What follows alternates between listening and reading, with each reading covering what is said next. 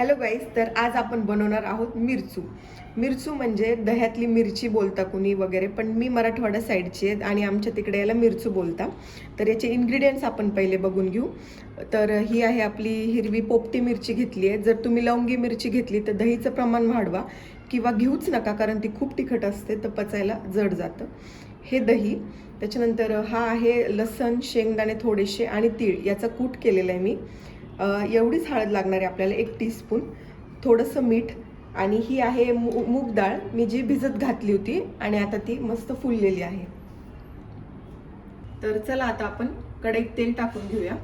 मिरच्या तिखट असल्यामुळं परतवायला थोडं जास्त तेल लागतं, त्याच्यामुळे हे तेल साधारण मी 4 चमचे तेल टाकलं असेल. तेल थोडं तापलं की आपण त्याच्यात मिरच्या टाकून घेऊया. आपलं तेल तापलेलं आहे, आपण मिरच्या टाकून घेऊयात.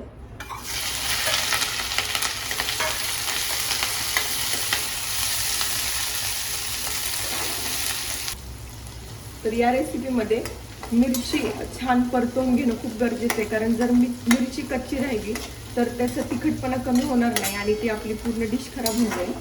आणि ॲक्च्युली ही खूप इझी ट्रेडिशनल रेसिपी आहे की आधी जर भाजी नसायची तर करून ठेवलं, कारण हे 2-4 दिवस सहज टिकतं आणि जर तुम्ही फ्रीजमध्ये ठेवत असाल तर 2-3 आठवडे सुद्धा.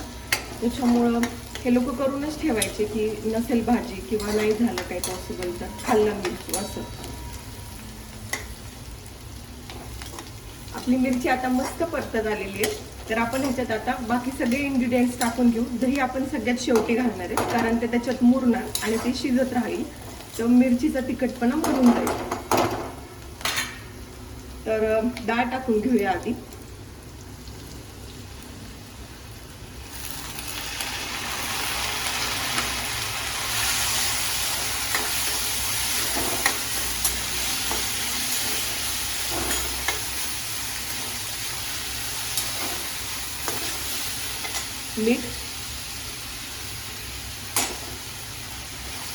मीठ थोडं जास्त घातलं तरी चालेल, पण तुमच्या चवीनुसार घाला.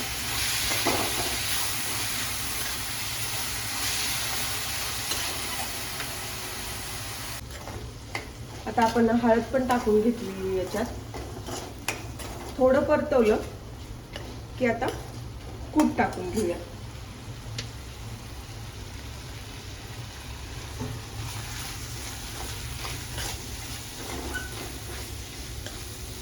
ही रेसिपी तुम्ही पण ट्राय करून बघा, तुम्हाला नक्कीच खूप आवडेल आणि चपाती भाकरी दोन्ही सोबत पण खूप छान लागते आणि माझ्या घरात सगळ्यांना आवडते, म्हणून मी ऑफनली बनवत असते.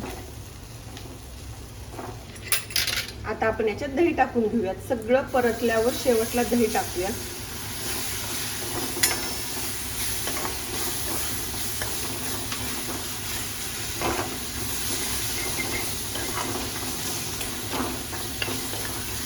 असाच कलर आला पाहिजे, एकदम योग्य कलर आलाय आपल्या मिरचीला.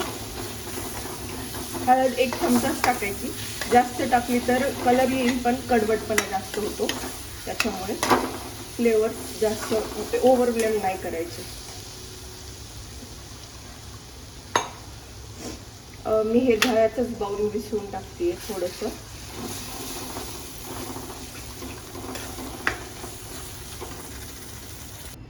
आता यातलं पूर्ण पाणी सुकलंय, जे आपण नंतर पण विसरून टाकलं होतं दहीचा बाउल. त्याच्यामुळे आता हा एकदम रेडी आहे खायला. याच्यातल्या पूर्ण मिरच्या पण तुम्ही बघू शकता, दाखवते. हे असे झालेले आहे, त्याच्यात बिलकुल आता काही तिखट राहिलेलं नाहीये आणि फ्लेवर्स पण सगळे प्रॉपरली उतरलेले आहेत. तर तुम्ही या डिशला काय बोलता तुमच्या साईडला ते मला कमेंट्समध्ये कळवा आणि खा, नक्की ट्राय करा आणि मला फोटो टाका. Thank you for watching.